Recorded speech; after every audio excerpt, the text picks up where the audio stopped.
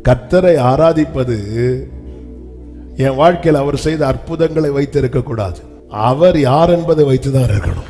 அவர் பரிசுத்தர், அவருடைய மகத்துவம் சொல்லி முடியாது. அவர் ஆராதனைக்குரியவர், அவர் போற்றப்படத்தக்கவர். அவர் நினைச்சாலே நம்முடைய இருதயம் துதிக்க ஆரம்பிக்கணும். அவர் நினைச்சாலே நாம் அவரை வணங்க ஆரம்பிக்கணும்.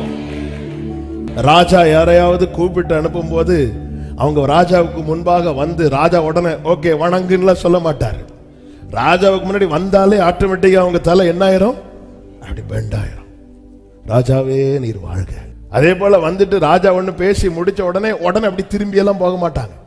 அப்படி ஒரு 4 ஸ்டெப் பின்னாடி வந்துட்டு அதுக்கப்புறம் தான் போவாங்க. அவர் ராஜாதி ராஜா, ராஜாக்களை தள்ளி ராஜாக்களை ஏற்படுத்துகிறவர்.